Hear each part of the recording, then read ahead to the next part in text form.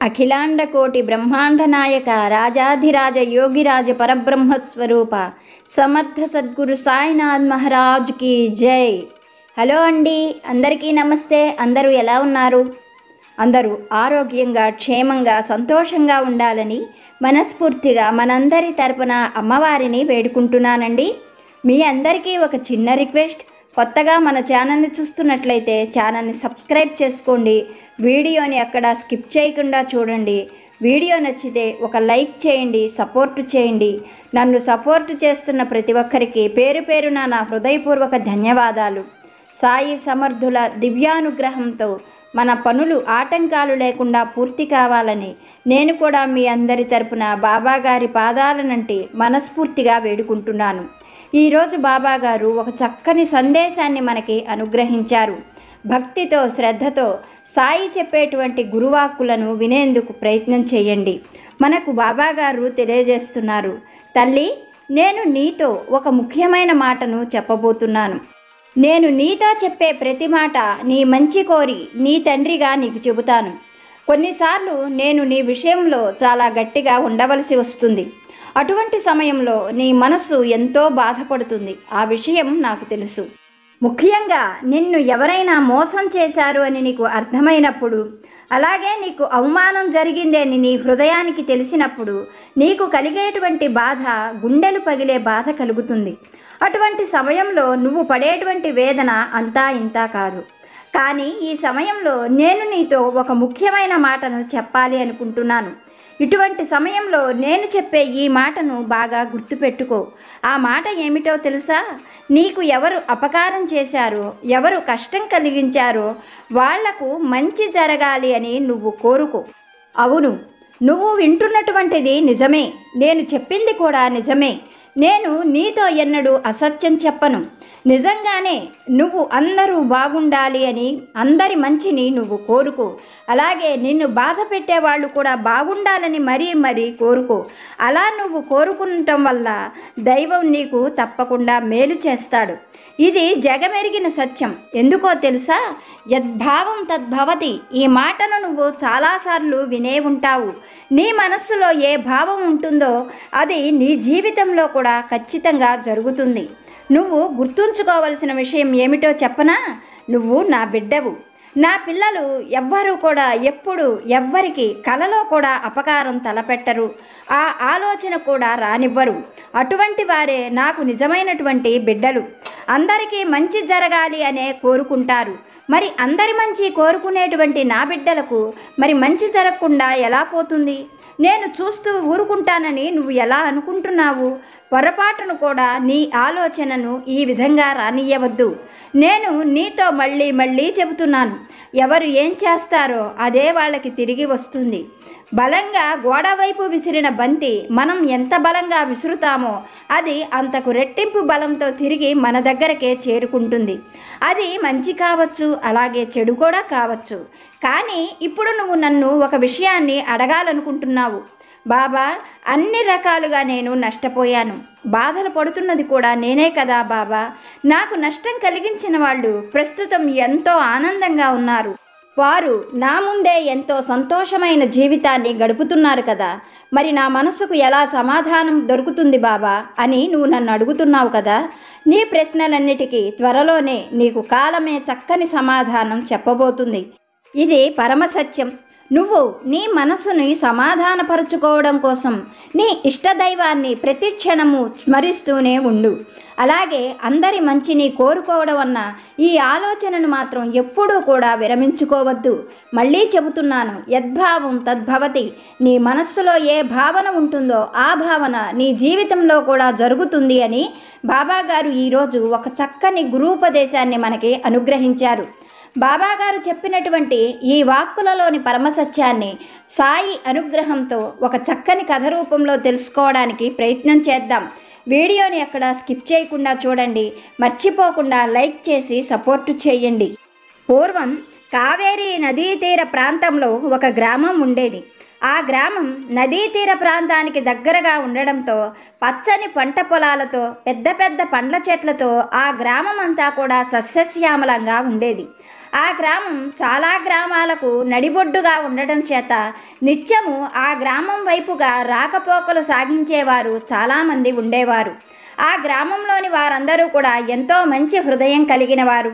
ఆ గ్రామంలోనికి వచ్చేటువంటి సాధువులకు, సత్పురుషులకు ఆ గ్రామంలోని గ్రామ అధికారి ప్రత్యేకమైన ఏర్పాట్లు చేసేవాడు. అందువల్ల ఆ గ్రామంలోకి ఎక్కువగా సాధువులు వస్తూ ఉండేవారు. గ్రామంలోని ఇతర గ్రామాల వాళ్ళు కూడా రాకపోకలు సాగిస్తూ ఉండడం వల్ల ఆ గ్రామం ఎప్పుడూ కూడా ప్రజలతో చక్కగా కళకళలాడుతూ ఉండేది. ఆ గ్రామంలోని వారందరూ కూడా సాధారణ రైతు కూలీలు. అందరూ కూడా ఉన్నంతలో కష్టపడి పనిచేసుకొని సంతోషమైన జీవితం గడుపుతూ ఉండేవారు. ఆ గ్రామంలోనే ఒక రైతు కుటుంబం ఉండేది. ఆ రైతుకి తన తల్లిదండ్రుల నుండి కొద్దిగా పొలము, కొన్ని పశువులు వచ్చాయి. రైతు పెద్దవాడైన తరువాత, వివాహం జరిగిన తరువాత అతని తల్లిదండ్రులు కూడా ఒకరి తర్వాత ఒకరు కాలం చెందారు. ఇలా ఉండగా రైతు భార్య ఇంట్లోనే ఉంటూ ఆ పశువులను చూసుకుంటూ, ఇంటి పనులన్నీ చూసుకుంటూ, ఇంటి పెరటిలో చక్కగా కూరగాయలు పండించి వాటిని అమ్ముతూ ఉండేది. రైతు తన పొలంలోనే కాకుండా మిగిలిన వారి పొలాలలో కూడా పనులు చేస్తూ ఆ వచ్చినటువంటి డబ్బులతో ఆ కుటుంబం ఎంతో సంతోషంగా ఉండేది. వాళ్ళ సంతోషానికి ఉన్నంతలో ఆనందంగా జీవితం గడుపుతున్నారు. కానీ ఆ రైతు దంపతులకు తీరనటువంటి లోటు ఏమిటంటే సంతానం లేకపోవటం. వాళ్లకు వివాహం జరిగి చాలా సంవత్సరాలు అయినా కానీ సంతానం కలగకపోవడంతో ఆ విషయాన్ని తలుచుకొని పదే పదే బాధపడుతూ ఉండేవారు. ఆ గ్రామాలకు వచ్చేటువంటి సాధువులను, సత్పురుషులను రైతు దంపతులు సంప్రదించి తమకు సంతానం కలగడానికి మార్గం చెప్పమని కోరుకునేవారు. వారు చెప్పినటువంటి పనులన్నీ కూడా రైతు భార్య తూచా తప్పకుండా చేసేది. ఆ సాధువులు చెప్పినట్లుగా పూజలు, నోములు తనకు చేతనైనవన్నీ చేసేది. ఇలా ఉండగా వాళ్ళ పూజలు ఫలించి కొన్నాళ్లకు వాళ్లకు లేక ఒక మగపిల్లవాడు కలిగాడు. అలా సంతానం కలగడంతో రైతు దంపతుల ఆనందానికి అంతు లేకుండా పోయింది. ఆ పిల్లవాడికి ఒక మంచి శుభతరుణంలో కోటయ్య అని పేరు పెట్టి అల్లారు ముద్దుగా పెంచుతున్నారు. అలా లేక పిల్లవాడు కలగడంతో రైతు భార్య ఆ పిల్లవాడిని కింద దించేది కాదు. ఏ పని చేసుకుంటున్నా ఆ పిల్లవాడిని తన చంకలో పెట్టుకునే పనులు చేసుకునేది. ఆ పిల్లవాడు కూడా తల్లికి బాగా మచ్చికైనాడు. ఇలా రైతు కుటుంబం చాలా సంతోషంగా కాలం గడుపుతూ ఉన్నది. పిల్లవాడు కూడా పెరిగి పెద్దవాడవుతున్నాడు. అలా పిల్లవాడు పెరిగి పెద్దవాడవుతూ ఉండడంతో రైతు ఎంతగానో సంతోషపడేవాడు. ఇరుగు పొరుగు వాళ్ళ పిల్లలు వాళ్ళ తల్లిదండ్రులతో కలిసి పొలం పనులు చేసేవారు, పశువుల దగ్గర పనులు చేసేవారు. కానీ కోటయ్య మాత్రం ఏ పని చేసేవాడు కాదు. ఆ పిల్లలతో ఆటపాటలతోనే కాలక్షేపం చేసేవాడు. ఎప్పుడైనా రైతు కోటయ్యను కూడా తనతో పాటు పొలానికి కానీ పశువులను మేపటానికి కానీ తీసుకొని వెళ్ళాలని ప్రయత్నించినప్పుడు అతడు తండ్రితో వెళ్లేందుకు ఏమాత్రం ఒప్పుకునేవాడు కాదు. అతనికి వంత పాడుతున్నట్లు కోటయ్య తల్లి, నా కొడుకు ఈ పొలం పనులు, పశువుల పనులు చేయవలసిన అవసరం లేదు. వాడు గొప్ప జాతకుడవుతాడు. వాడికి మహారాజ యోగం పడుతుంది. వాడు కూర్చొని కాలు మీద కాలు వేసుకొని హాయిగా పని వాళ్ళ చేత పనులు చేయిస్తాడు. అంతేగాని ఈ పనులు చేయవలసిన అవసరం నా కొడుక్కి ఏమీ లేదు. కావలసినంత ధనం వాడికి అనుకోకుండానే కలిసి వస్తుంది. అంతేగాని ఈ పనులకు నా కొడుకుని తీసుకొని వెళ్ళొద్దు అంటూ రైతు భార్య అతనిపై గొడవ పడేది. చెయ్యగలిగింది లేక రైతు కొడుకుని ఇంట్లోనే వదిలేసి తన దారిని తనే పనులకు వెళ్ళిపోయేవాడు. దానివల్ల కోటయ్యకు బాగా సోమరితనం అలవాటైపోయింది. అందున తన తల్లి చెప్పినట్లుగానే తనకు అనుకోకుండానే గొప్ప ధనయోగం కలుగుతుందని, తను ఏ పని చేయకుండా హాయిగా కూర్చొని బ్రతికేయచ్చని కలలు కనేవాడు. ఇలా కాలం గడిచిపోతూ ఉన్నది. ఒకరి తర్వాత ఒకరు కోటయ్య తల్లి తండ్రి కూడా కాలధర్మం చెందారు. కోటయ్యకు వివాహం జరగలేదు. కోటయ్య సంగతి తెలిసినటువంటి వాళ్ళు ఎవరూ కూడా ఊళ్ళో అతనికి పిల్లనివ్వడానికి ముందుకు రాలేదు. అతనికి ఉన్నటువంటి తల్లిదండ్రులు ఇచ్చిన పొలము, పశువులను కూడా వేరే వాళ్ళకు అప్పగించి తను మాత్రం పని పాట లేకుండా తిరుగుతూ ఉండేవాడు.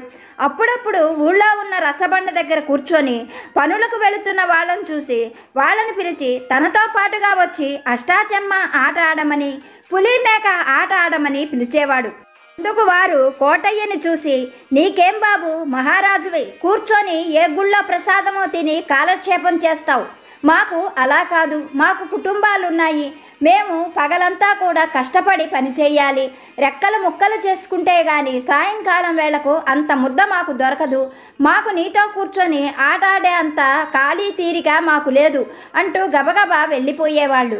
వాళ్ళు అలా వెళ్ళిపోతూ ఉంటే పక్కనున్నటువంటి వారితో, కోటయ్య మీరు వాళ్ళ మాటలు విన్నారు కదా, వాళ్ళు పగలంతా కూడా పనిచేసినా రాత్రి వేళకు ఇంత ముద్ద కూడా దొరకడం లేదట, అందుకోసమే నేను కష్టపడి పనిచేయడం అనే మాటే మర్చిపోయాను, హాయిగా ఇలా కూర్చొని గుళ్ళో ఏ ప్రసాదమో తినేసి కాలక్షేపం చేస్తున్నాను, ఏదో ఒక నాటికి నేను అనుకోకుండా గొప్ప ధనవంతుణ్ణై ఊళ్ళో మీ అందరి చేత కూడా పనులు చేయించుకుంటాను అంటూ గర్వంగా పొగరుగా మాట్లాడేవాడు కోటయ్య. అతడి మాటలను ఎవ్వరూ పట్టించుకునేవారు కాదు. ఇలా కాలక్షేపం చేస్తూ రోజులు గడిపేస్తున్నాడు కోటయ్య. ఇలా ఉండగా ఒక రోజున ఆ ఊరికి జ్ఞానానందుడు అనే గొప్ప సాధువు వచ్చాడు. ఆయన ఎంతో కాలం హిమాలయాలలో ఉండి అక్కడే తపస్సు చేసి ప్రజలకు ఉపయోగపడేందుకు ఎన్నో మంత్ర విద్యలను నేర్చుకున్నాడు. ఎన్నో వనమూలికలకు సంబంధించిన వైద్యం కూడా తెలుసుకున్నాడు. ఆయన గ్రామ గ్రామాన తిరుగుతూ అక్కడ ఉన్నటువంటి ప్రజలకున్న కష్టాలను పోగొడుతూ వారికి మంచి మాటలు చెబుతూ వారిని సన్మార్గంలో నడిపించేందుకు తన వంతుగా తన ప్రయత్నాలు చేస్తూ ఉండేవాడు.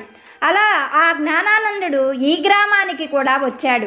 ఆయన వచ్చాడని తెలుసుకున్నటువంటి గ్రామాధికారి వాళ్ళ గ్రామంలో ఉన్న దేవాలయంలో ఆయన ప్రతినిత్యము ప్రసంగం చేయడానికి ఏర్పాట్లు చేయించాడు. అలాగే ఆ సాధువును తన ఇంట్లోనే ఉంచుకున్నాడు గ్రామాధికారి. మర్నాడు జ్ఞానానందుడి ప్రసంగం మొదలైంది. అప్పుడు ముందుగా ఆ గ్రామాధికారి లేచి, ఈ జ్ఞానానంద సాధువు గారు మన ఊరికి రావడం ఎంతో గొప్ప అదృష్టం, వీరు చెప్పేటువంటి మాటలు దైవవాక్కులు, ప్రతి ఒక్కరూ కూడా శ్రద్ధతో వినండి, ఆయన చెప్పిన మంచి మాటలను పాటించండి, మీకు ఉన్నటువంటి అనారోగ్య సమస్యలు కూడా తొలగిపోయేందుకు మన జ్ఞానానందుడు మనకి తప్పకుండా సహాయం చేస్తారు అన్నట్లు మీ అందరూ కూడా మనకు ఇక్కడ ప్రసంగం జరుగుతున్న నాళ్ళు కూడా ఇక్కడే భోజనాలు చేయండి, సాయంకాలం వేళ వచ్చి అందరూ దైవనామస్మరణ చేసుకోండి అంటూ గ్రామాధికారి అక్కడికి వచ్చిన ప్రజలందరికీ కూడా చెప్పాడు. అయితే కోటయ్యకు దేవుడి భక్తి అన్న ఏమాత్రము శ్రద్ధ లేకపోయినా ప్రతినిత్యము కూడా చక్కగా పంచభాక్ష పరమాన్నాలతో ఉచితంగా భోజనం లభిస్తూ ఉండడంతో ఆ భోజనం తినడం కోసం కోటయ్య ప్రతినిత్యము ఆ ప్రసంగానికి వెళుతూ ఉండేవాడు. జ్ఞానానందుడు ప్రతినిత్యము అక్కడికి వచ్చేటువంటి విశేషమైన భక్తులకు చాలా చక్కగా ప్రసంగాలు చేసేవాడు. ఎన్నో పురాణ కథలను వాళ్ళందరికీ అర్థమయ్యే రీతిలో చెప్పేవాడు. మానవ జన్మ ఎంతో ఉత్తమమైనదని, ఎంతో పుణ్యం చేస్తే కానీ అదృష్టవశాన ఒక్కసారి మానవ జన్మ రాదని, ఆ మానవ జన్మను సార్థకం చేసుకోమని వచ్చినటువంటి వారందరికీ కూడా చెబుతూ ఉండేవాడు. అయితే జ్ఞానానందుడు చెప్పేటువంటి ఏ మాటలు కూడా కోటయ్యకు ఏమాత్రము నచ్చేవి కాదు. ఎప్పుడైనా ధనవంతుల కథలు చెబుతున్నప్పుడు మాత్రం చాలా ఆసక్తిగా వినేవాడు. ఊళ్ళో ఉన్నటువంటి గొప్ప గొప్ప ధనవంతులంటే కోటయ్యకు ఒక విధమైన ఈర్ష్య కలిగేది. వాళ్ళకంత ధనం ఉంది కదా, ఎంతో కొంత ధనాన్ని తనకు ఉచితంగా ఇస్తే తను కూడా ధనవంతుడవ్వచ్చు కదా అని బాగా ఆలోచించుకునేవాడు. కానీ ఎవ్వరూ కోటయ్యని ఇంటి వైపుకు కూడా రానిచ్చేవారు కాదు.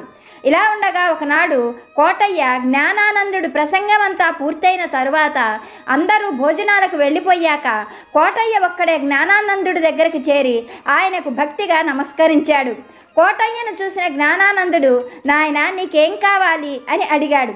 అప్పుడు కోటయ్య, అయ్యా నేను ఉన్న ఫలంగా ధనవంతుణ్ణి కావాలి, నేను ధనవంతుణ్ణి కావాలని ఎంతో ఆశతో ఉన్నాను అని చెప్పాడు. ఆ మాటలు విన్నటువంటి జ్ఞానానందుడు చిరునవ్వుతో, నీవు ధనవంతుడు కావాలి అంటే కష్టపడి పని చేయాలి, అప్పుడు కదా నీకు ధనం వచ్చేది అని చెప్పాడు. ఆ మాటలకు కోటయ్య చిరాగ్గా మొహం పెడుతూ, ఈ విషయం నాకు చిన్నతనం నుండి తెలుసు, నాకు కష్టపడి పని చేయడం అంటే ఆ మాటే నచ్చదు, నాకు అకస్మాత్తుగా ధనం కలిగేటువంటి ఉపాయము మార్గము ఏదైనా ఉంటే చెప్పండి, ఆ ప్రకారంగా నేను ధనాన్ని సంపాదిస్తా, అంతేకాని పని పాట చెయ్యమని మాత్రం చెప్పవద్దు అన్నాడు. కోటయ్య మాటలు వింటున్నటువంటి జ్ఞానానందుడు చిరునవ్వుతో కోటయ్యను చూసి, నాయన ధనం సంప్రాప్తం అవడం అనేది నీ పూర్వజన్మ సుకృతాన్ని అనుసరించి ఉంటుంది, ఈ జన్మలో అయినా సరే నువ్వు పుణ్యం కనుక చేసినట్లయితే మరు జన్మలో నువ్వు గొప్ప ధనవంతుడు అవుతావు, అంతేకాని ఊరికే అయాచితంగా ధనం రాదు, అయాచితంగా వచ్చినటువంటి ధనము నీకు అపకారం చేస్తుంది, నీకు శాంతినివ్వదు, సంతోషాన్నివ్వదు. నువ్వు కష్టపడి సంపాదించిన ధనం మాత్రమే నీదవుతుంది. ఆ ధనాన్ని నువ్వు పరుల కోసం ఉపయోగించినప్పుడు నీకు పుణ్యం లభిస్తుంది. దానివల్ల మరుజన్మలో నువ్వు గొప్ప ధనవంతుడు అవుతావు అని హితవు చెప్పాడు జ్ఞానానందుడు. ఆ మాటలు కోటయ్యకు ఏమాత్రము నచ్చలేదు. అందుకు కోటయ్య జ్ఞానానందుడిని చూస్తూ, వచ్చే జన్మ కోసం నేను ఇప్పుడు కష్టపడాలా? నా వల్ల కానే కాదు. ఇప్పుడికిప్పుడు నేను ఏదైనా ధనం పొందే మార్గం చెప్పండి. మీరు గొప్ప సాధువులని, చాలా మంత్రశక్తులున్నాయని విని నేను మీ వద్దకు ఎంతో ఆశతో వచ్చాను. నేను ధనం పొందే మార్గం చెప్పండి అని మళ్ళీ అడిగాడు కోటయ్య. అతడిని తేరిపారా చూసిన జ్ఞానానందుడికి విషయం మొత్తం పూర్తిగా అర్థమయ్యింది. కోటయ్య పూర్తిగా సోమరిపోతని, అత్యాశాపరుడని, ధనం కోసమే అతను తన దగ్గరకు వచ్చాడని అర్థమైనటువంటి జ్ఞానానందుడు చిరునవ్వుతూ, అయితే నేను నీకు సులభంగా ధనం పొందే ఒక మార్గం చెబుతాను. నువ్వు ఇక్కడ నుండి ఉత్తరం వైపుగా 30 యోజనాల దూరం వెళ్ళావు అంటే ఒక పెద్ద అడవి కనిపిస్తుంది. ఆ అడవిలో కొంత దూరం ప్రయాణం చేయి. అక్కడ నీకు ఎత్తైన పర్వతం కనిపిస్తుంది. దాని పక్కన ఒక అందమైన కలువల సరస్సు ఉంటుంది. దాని పక్కనే వేల సంవత్సరాల నాటి మర్రి చెట్టు ఉంది. ఆ మర్రి చెట్టు మీద ఒక బ్రహ్మరాక్షసుడు ఎప్పటి నుండో నివాసం ఉంటున్నాడు. అతడి దగ్గరకు వెళ్ళావంటే అతడు నిన్ను ధనవంతుణ్ణి చేస్తాడు అని చెప్పాడు జ్ఞానానందుడు. బ్రహ్మరాక్షసుడి పేరు వినగానే కోటయ్య హడలిపోయాడు. జ్ఞానానందుడిని చూస్తూ, స్వామి, నేను మిమ్మల్ని ధనవంతుణ్ణి చెయ్యమన్నాను కదా అన్న కోపంతో నన్ను ఆ బ్రహ్మరాక్షసుడికి బలిపెడతారా ఏమిటి? బ్రహ్మరాక్షసుడేమిటి, ధనం ఇవ్వటం ఏమిటి అని తిరిగి ప్రశ్నించాడు. ఆ మాటలకు జ్ఞానానందుడు చిరునవ్వుతో కోటయ్యను చూసి, కోటయ్య, భయపడకు. నువ్వు అనుకునేటువంటి రాక్షసుడు ఇతను కాదు. ఇతను చాలా సాత్వికుడు. శాకాహారాన్ని మాత్రమే భుజిస్తాడు. నిరంతరము దైవనామస్మరణ చేస్తూ ఉంటాడు. అతని దగ్గరికి వెళ్ళు. అతను చెప్పినట్లుగా చెయ్యి. నీకు ధనం దొరుకుతుంది. అతను ఏం చెబుతాడో అది చేస్తే నువ్వు ధనవంతుడివి అవుతావు అని చెప్పాడు జ్ఞానానందుడు. ఆ మాటలు విన్నటువంటి కోటయ్యకు ప్రాణం లేచి వచ్చినట్లుగా అనిపించింది. మరుక్షణమే జ్ఞానానందుడికి భక్తిగా నమస్కరించి అక్కడ నుండి అటే అరణ్యానికి బయలుదేరాడు. అలా 2 రోజుల పాటు ఆ అరణ్యం వైపు ప్రయాణం సాగించాడు కోటయ్య. దారిలో దొరికినటువంటి ఆహారాన్ని తిన్నాడు. అక్కడ ఉన్నటువంటి సరస్సులలోని నీరు తాగుతూ ఎలాగో అష్టకష్టాలు పడి రాక్షసుడు ఉన్నటువంటి ఆ మర్రి చెట్టు దగ్గరికి చేరుకున్నాడు కోటయ్య. కష్టపడకుండా ఉచితంగా ధనం లభిస్తుంది అన్న ఆశతో ప్రయాణించడం వల్ల అతనికి 2-3 రోజులు ప్రయాణం చేసిన కొద్దిగా కూడా అలసట కలగలేదు. అక్కడికి వెళ్ళినటువంటి కోటయ్య ఆ చుట్టూ చూశాడు. మరుక్షణమే ఆ చెట్టుపై ఉన్నటువంటి రాక్షసుడు మనుషుల సంచారం కనపడడంతో ఒక్క ఉదుటిన కోటయ్య ముందుకి దూకాడు. తాటి చెట్టంత ప్రమాణంతో భయంకరంగా ఉన్న రాక్షసుని చూడగానే కోటయ్యకు మొట్టమొదట పై ప్రాణం పైనే పోయింది. కానీ జ్ఞానానందుడు అతను ఎంతో సాత్వికుడని చెప్పడంతో కొంత ధైర్యం తెచ్చుకొని అతని ముందు వినయంగా చేతులు కట్టుకొని నిలబడ్డాడు. రాక్షసుడు కోటయ్యను చూస్తూ, ఎవరివి నువ్వు? నీకు ఎంత ధైర్యం ఉంటే నా ఈ పరిసర ప్రాంతాల్లోకి వచ్చి ధైర్యంగా నిలబడ్డావు? నీకు ప్రాణాలపైన ఆశ లేదా అంటూ పెద్దగా గర్జించాడు. రాక్షసుడి మాటలకు కోటయ్య మొదట భయపడినా తర్వాత మనసులో జ్ఞానానందుడు చెప్పిన మాటలు గుర్తుకు తెచ్చుకున్నాడు. ఆ తరువాత కోటయ్య రాక్షసుడిని చూసి భక్తిగా నమస్కరిస్తూ, అయ్యా, నా పేరు కోటయ్య. నేను చాలా పేదవాడిని. ధనం లేక ఎన్నో ఇబ్బందులు పడుతున్నాను. మీరు నాకు ధన సహాయం చేస్తారేమో అన్న ఆశతో ఇంత దూరం కష్టపడి వచ్చాను అని చెప్పాడు. కోటయ్య అలా చెప్పగానే రాక్షసుడు పకపక నవ్వుతూ, నీవు ఒట్టి వెర్రివాడిలా ఉన్నావు. నీకు ధనం కావాలి అంటే కష్టపడి పని చెయ్యాలి. కష్టపడి పని చేస్తేనే ధనం వస్తుంది. అంతేకాని ఇలా అడవులు పట్టుకొని తిరుగుతూ ఉంటే అడవులలో ఎవరైనా నీకు మూటలు కట్టి ధనాన్ని ఇస్తారా? కాబట్టి ఇక్కడ నుండి ఇటే తిరిగి వెళ్ళు. ఎక్కడికైనా వెళ్ళి కష్టపడి పని చేసుకో, ధనం వస్తుంది అని చెప్పాడు రాక్షసుడు. రాక్షసుడి మాటలు వింటున్నటువంటి కోటయ్య రాక్షసుడిని చూస్తూ, సరిగ్గా ఇలాగే జ్ఞానానందుడు కూడా ఇలాగే చెప్పారు. ఆ సాధువు ఇలా చెప్పడంతో నాకు ఆ మాట నచ్చలేదు. అందుకే ఆయనతో తిరిగి అదే సమాధానం చెప్పాను. నేను కష్టపడకుండానే నాకు ధనం కావాలి అని సాధువు జ్ఞానానందుణ్ణి కోరుకున్నాను. అప్పుడు ఆయన నాకు నీ పేరు చెప్పాడు. నువ్వు నాకు ధన సహాయం చేస్తావని కూడా చెప్పారు. అందుకోసమని ఎంతో ఆశతో ధనవంతుణ్ణి కావాలి అన్న బలమైన కోరికతో కష్టపడి నీ దగ్గరకు వచ్చాను అని చెప్పాడు కోటయ్య. జ్ఞానానందుడి పేరు వినగానే రాక్షసుడు భక్తిగా ఆయనకు నమస్కరించి, ఓహో, నువ్వు జ్ఞానానందుడు పంపితే వచ్చావా? ఆ మాట ముందే చెప్పావు కాదు. నువ్వు ముందే ఆ మాట చెప్పి ఉంటే నేను నిన్ను ఏ ప్రశ్నలు వేసేవాడిని కాదు. ఇంకా నువ్వు నిశ్చింతగా ఉండు. నువ్వు ధనవంతుడివి అయిపోయినట్లే. నేను నిన్ను ధనవంతుడిని చేస్తాను. ఒక్క క్షణం ఇక్కడే ఉండు అంటూ రాక్షసుడు అంతలోనే అదృశ్యమైపోయాడు. అలా అదృశ్యమైన ఆ రాక్షసుడు కొద్ది క్షణాల్లోనే బంగారు వర్ణంతో మెరిసిపోయే ఒక సంచితో పాటుగా కోటయ్య ముందు ప్రత్యక్షమయ్యాడు. కానీ ఆ సంచిని తన దగ్గర ఉంచుకొని రాక్షసుడు ఏదో ఆలోచిస్తున్నాడు. ఎంతసేపటికి ఆ సంచిని తనకి ఇవ్వకపోవడంతో కోటయ్య అయోమయంగా రాక్షసుడిని చూస్తూ, ఇంకా ఆలస్యం దేనికి, నాకు ధనాన్ని ఇవ్వు అన్నాడు. అందుకు రాక్షసుడు పకపక నవ్వుతూ, నీ జీవితకాలం ఆనందంగా సంతోషంగా ఉండటానికి నీకు ఎంత ధనం ఇవ్వాలా అని ఆలోచిస్తున్నాను అన్నాడు. రాక్షసుడి మాటలకు కోటయ్య, అంటే నేను ఎంత ధనం కోరుకుంటే నువ్వు అంత ధనం ఇస్తావన్నమాట అన్నాడు. అందుకు రాక్షసుడు అవునన్నట్లుగా తల ఊపుతూ ఆ సంచిని కోటయ్యకిచ్చాడు. వెంటనే కోటయ్య ఆ సంచిని తెరిచి చూడగానే రాక్షసుడు కోటయ్య వంక చూస్తూ, కోటయ్య, ఒక్క క్షణం ఆగు, నేను చెప్పే మాట విను. నువ్వు ఆ సంచిలో చెయ్యి పెట్టగానే నీకు ఒక బంగారు నాణెం దొరుకుతుంది. అలా నువ్వు ఎన్నిసార్లు చెయ్యి పెడితే అన్నిసార్లు నీకు బంగారు నాణ్యాలు దొరుకుతూ ఉంటాయి అని చెప్పగానే కోటయ్య వెంటనే అందులో చెయ్యి పెట్టబోయాడు.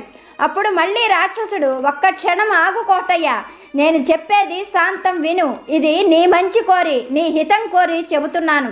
నువ్వు ఆ సంచిలో నుండి బంగారు నాణ్యాలు తీయడం అనేది నీ ఇష్టమే. కానీ ఒక్కసారి నువ్వు ఆహారం కానీ నీరు కానీ తీసుకున్నావంటే ఇంకా ఆ సంచి తన మహిమను కోల్పోతుంది. నీకింకా అది బంగారాన్ని ఇవ్వలేదు. ఈ విషయాన్ని నువ్వు బాగా గుర్తుపెట్టుకో అని చెప్పాడు రాక్షసుడు. అతడి మాటలు వింటున్న కోటయ్య పకపక నవ్వుతూ, ఎవరైనా సరే బంగారు నాణ్యాలు వస్తూ ఉంటే అన్నము, నీళ్లు వీటి గురించి ఎవరైనా ఆలోచిస్తారా? ఇప్పటికి నాకు చేసిన సహాయం చాలు. ఇంకా నువ్వు నీ పని చేసుకో, నా పని నన్ను చేసుకొని అని చెప్పాడు. ఆ మాటలకు రాక్షసుడు తనలో తానే నవ్వుకుంటూ పక్కనే ఉన్న మర్రి చెట్టు దగ్గరకు వెళ్ళి కూర్చున్నాడు. యువతల వైపుగా కోటయ్య కూడా ఒక చెట్టు కింద కూర్చొని వెంటనే సంచిలో చెయ్యి పెట్టాడు. అతని చేతికి ఒక బంగారు నాణెం దొరికింది. ఆ నాణ్యాన్ని బయటికి తీసి చూసిన కోటయ్య ఆనందానికి అంతు లేకుండా పోయింది. తన జీవితంలో ఇంతవరకు కూడా తను అటువంటి బంగారు నాణ్యాన్ని చూడలేదు. మరుక్షణమే ఆ నాణ్యాన్ని పక్కన పెట్టి మళ్ళీ చెయ్యి పెట్టాడు. మళ్ళీ ఒక నాణ్యం దొరికింది. ఇలా అతను చెయ్యి పెడుతున్న ప్రతిసారి కూడా అతనికి నాణ్యాలు దొరుకుతూనే ఉన్నాయి. ఆ నాణ్యాలన్నీ కూడా పక్కన పెట్టుకుంటూ ఎంతో ఆనందపడిపోతున్నాడు కోటయ్య. అలా పొద్దున మొదలుపెట్టిన కోటయ్య మధ్యాహ్నం అయినా కానీ ఇంకా ఆ సంచిలో నుంచి నాణ్యాలు తీస్తూనే ఉన్నాడు. ఇంతలో దూరంగా కూర్చొని ఉన్నటువంటి రాక్షసుడు కోటయ్యను చూసి, కోటయ్య, మధ్యాహ్నమైంది, ఎప్పుడు ఏ తిండి తిన్నావో ఏమో, నేను నీకు ఆహారం తెచ్చి పెడతాను, ఆహారం తీసుకో కోటయ్య అని చెప్పాడు. ఆ మాటలకు కోటయ్య, నువ్వు చేసిన మేలు నేను ఎప్పటికీ మర్చిపోలేను. నాకు ఆహారం గురించి గుర్తు చేయవద్దు. నా పని నన్ను చేసుకొని నన్ను పని విషయంలో కదిలించవద్దు అంటూ గట్టిగానే చెప్పాడు కోటయ్య. అతని మాటలకు రాక్షసుడు పకపక నవ్వుకుంటూ మళ్ళీ వెళ్ళి చెట్టు కింద కూర్చున్నాడు. కోటయ్య ఇలా నాణ్యాలు తీస్తూనే ఉన్నాడు. సాయంకాలమైంది. సూర్యాస్తమయం అవుతూ ఉన్నది. కోటయ్య పొద్దుట నుండి సంచిలో నుండి తీసిన నాణ్యాలన్నీ కూడా సుమారు ఒక బిందె నిండా కూడా తయారయ్యాయి.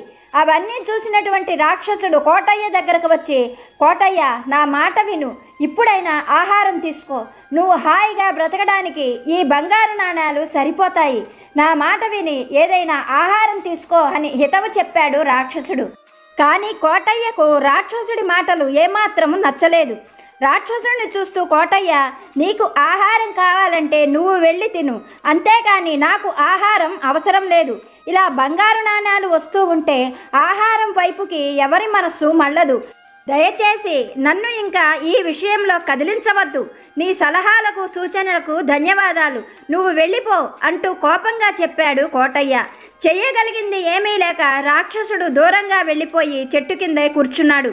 రాత్రి అయ్యిందన్న విషయాన్ని కూడా మర్చిపోయి కోటయ్య సంచిలో నుండి నాణేలు తీస్తూనే ఉన్నాడు. మర్నాడు సూర్యోదయమైంది. రాక్షసుడు ఉండబట్టలేక కోటయ్య దగ్గరకు వచ్చి ఎంతో ప్రేమగా కోటయ్యను చూస్తూ, మిత్రమా, నా మాట విను, ఇప్పుడైనా సరే ఆహారం తీసుకో. ఇప్పటి వరకు నువ్వు తీసుకున్న ఈ బంగారు నాణేలు నీకు చక్కగా జీవితాంతం ఆనందంగా ఉండేందుకు సరిపోతాయి అని చెప్పాడు. రాక్షసుడి మాటలకు కోటయ్య ఒకంత నీరసంగా, నువ్వు చెప్పింది నిజమే కావచ్చు, నాకు సరిపోతాయి సరే, నా పిల్లలకు, నా మనవళ్లకు, ముని మనవళ్లకు కూడా కూర్చొని తిన్న తరగనంత బంగారు నాణేలు నాకు కావాలి. అందుకోసం నా శక్తి ఉన్నంత వరకు నేను నాణేలు తీస్తూనే ఉంటాను. నన్ను ఇంక నువ్వు కదిలించవద్దు, నాకు ఓపిక తగ్గిపోతుంది అని చెప్పాడు కోటయ్య. చేయగలిగింది ఏమీ లేక రాక్షసుడు దూరంగా వెళ్ళిపోయాడు. కానీ రాక్షసుడు కోటయ్య మీద ఎంతో ప్రేమతో 3-4 గంటలకు ఒకసారి వచ్చి కోటయ్యను ఆహారం తీసుకోమని, నీరు తీసుకోమని ఎంతగానో బ్రతిమిలాడుతూ హితవు చెప్పాడు. కానీ కోటయ్య మాత్రం రాక్షసుడి మాటలు ఏమీ వినిపించుకోలేదు. రెండో రోజు కూడా సాయంకాలం వేళ అవుతూ ఉన్నది. అప్పుడు రాక్షసుడు కోటయ్య దగ్గరకు వచ్చి, మిత్రమా, నీ హితం కోరి చెబుతున్నాను, ఏదైనా ఆహారం తీసుకో. నువ్వు పోగు చేసిన ఈ నాణేలు నువ్వు చెప్పినట్లుగా మీ తరతరాలు తిన్నా కానీ తరగదు అని చెప్పాడు. ఆ మాటలకు కోటయ్య, మిత్రమా మిత్రమా అంటూ ఉన్నావు, కానీ నేను బంగారం సంపాదించడం నీకే ఇష్టం లేనట్లుంది. అందుకోసమే కొద్దిసేపటికి నా దగ్గరకు వచ్చి నా ప్రాణాలు తీస్తున్నావు. నేను పిలిచే వరకు నువ్వు ఇంక ఇక్కడికి రావద్దు, దయచేసి దూరంగా వెళ్ళిపో అని చెప్పాడు కోటయ్య. చెయ్యగలిగిందేమీ లేక బ్రహ్మరాక్షసుడు దూరంగా వెళ్ళిపోయి కూర్చున్నాడు. ఆ రోజు కూడా రాత్రి అయిందన్న విషయం మర్చిపోయి ఎంతో నీరసంగా ఉన్నా కానీ కోటయ్య సంచిలో నుండి నాణేలు తీస్తూనే ఉన్నాడు. మరునాడు సూర్యోదయమయ్యింది. కోటయ్యకు 2 రోజుల నుండి ఆహారము నీళ్లు లేకపోవడం వల్ల ఎంతో నీరసంగా ఉన్నాడు. కానీ తన పని తను చేస్తూనే ఉన్నాడు. కానీ ఒక్కసారిగా కోటయ్యకు విపరీతమైన నీరసం ఆవహించడంతో తను తీసినటువంటి బంగారు నాణేల మీదనే పడిపోయాడు. కోటయ్య అలా పడిపోగానే మరుక్షణమే ఉదయిస్తున్నటువంటి సూర్యుడిలోని ఒక దివ్యశక్తి కోటయ్య పోగు చేసిన బంగారం పైన పడింది. అందులో నుండి ఒక దివ్యమైనటువంటి తేజస్సు కోటయ్య శరీరాన్ని తాకగానే అప్పటి వరకు మనిషి రూపంలో ఉన్నటువంటి కోటయ్య భయంకరమైన బ్రహ్మరాక్షసుడిగా మారిపోయాడు. రాక్షసుడి రూపంలో ఉన్నటువంటి వ్యక్తి మనిషిగా మారిపోయాడు. క్షణాల్లోనే ఇదంతా కూడా జరిగిపోయింది. అలా తేరుకున్నటువంటి కోటయ్య ఒక్కసారిగా పైకి లేచి వికృతంగా మారిపోయిన తన రూపాన్ని చూసి బోరున విలపిస్తూ ఎదురుగా మనిషి రూపంలో ఉన్న రాక్షసుడిని చూసి, అంతా మోసం, దగ, కుట్ర, నన్ను నమ్మించి ఇంత పని చేశావు. ఇప్పటి వరకు కూడా మిత్రమా అంటూ నాకు మేలు చేసినట్లుగా నటించావు. నీలాంటి వాడిని బ్రతకనివ్వకూడదు అంటూ కోపంగా అరిచాడు కోటయ్య. ఆ మాటలకు ఆ రాక్షసుడి రూపంలో ఉన్న వ్యక్తి కోటయ్యను చూసి, మిత్రమా, నేను నీకు ఎంతో మేలు చేయాలని చూశాను. నా పేరు నాగేశం. నేను కూడా నీలాగానే అత్యాశాపరుడను, సోమరిపోతును, ఏ పని చేసేవాడిని కాదు. నా అన్నదమ్ములు నా సోమరిపోతుతనాన్ని తట్టుకోలేక ఇంట్లో నుండి బయటకు గెంటివేశారు. నా భార్య పిల్లలు కూడా నన్ను వదిలేసి వెళ్ళిపోయారు. ఎంతమంది నన్ను వదిలేసినా నేను మాత్రం సోమరిపోతుతనాన్ని వదిలిపెట్టలేకపోయాను. అయాచితంగా ధనవంతుణ్ణి కావాలని ఎన్నో రకాలైనటువంటి ప్రయోగాలు చేశాను. ఏ రోజు కూడా కష్టపడి పని చేయాలి అని నేను అనుకోవడాన్ని ఇష్టపడేవాడిని కాదు. ఒకనాడు ఈ సాధువు చెప్పినట్లుగానే నేను కూడా ఈ అరణ్యానికి ధనం కోసమే వచ్చాను. నీలాగానే అప్పుడు నేను నీకు చెప్పినట్లుగా అప్పుడు ఉన్నటువంటి రాక్షసుడు నాకు ఎన్నో హితోక్తులు చెప్పినా అవి ఏవీ కూడా నా చెవులకి ఎక్కలేదు. ధనం మీద అత్యాశతో నేను కూడా తిండి నీళ్లు మానేసి 2 రోజుల పాటు ధనం తీస్తూనే ఉన్నాను. ఇదిగో నీకు పట్టిన గతే నాకు ఆ రోజున పట్టింది. నేను నీకు ఈ గతి పట్టకూడదని, నువ్వు ఇలాంటి అవస్థలు పడకూడదని ఎన్ని రకాలుగా నిన్ను హెచ్చరించాను. నువ్వే ఒక్కసారి గుర్తు చేసుకో అన్నాడు మనిషి రూపంలో మారిపోయిన నాగేశం. అతని మాటలకు కోటయ్య అవునన్నట్లుగా తల ఊపి, మరైతే నాకు ఈ రాక్షస రూపం ఎప్పుడు పోతుంది మిత్రమా అని అడిగాడు. అందుకు నాగేశం అతడిని చూస్తూ, నీలాగే మళ్ళీ అత్యాశాపరుడు సోమరిపోతైన మనిషి వచ్చే వరకు నీకు ఈ అవస్థలు తప్పవు. సదా దైవనామాన్ని ధ్యానిస్తూ ఉండు అంటూ నాగేశం కష్టపడి సంతోషంగా బ్రతికేందుకు తన గ్రామం వైపు బయలుదేరి వెళ్ళిపోయాడు. మనకు బాబాగారు చెప్పేటువంటి మాట ఇదే. తల్లి, నీకు అపకారం చేసిన వారైనా అవమానం చేసిన వారైనా ఎవ్వరైనా కానీ నువ్వు ఎల్లప్పుడూ అందరూ బాగుండాలి అని సంతోషంగా మనస్ఫూర్తిగా కోరుకో. అప్పుడు నువ్వు బాగుండేటట్లు నేను నా మహిమను నీ యందు తప్పకుండా చూపించగలను. నువ్వు ఏది కోరుకుంటావో అదే జరుగుతుంది అని బాబాగారు ఒక చక్కని సందేశాన్ని అనుగ్రహించారు. ఇప్పటి వరకు వీడియో చూసిన మీ అందరికీ పేరు పేరున హృదయపూర్వక ధన్యవాదాలు. మరొక మంచి వీడియోతో బాబాగారి ఆశీస్సులతో మళ్ళీ కలుసుకుందాం. సర్వేజన సుఖినో భవంతు.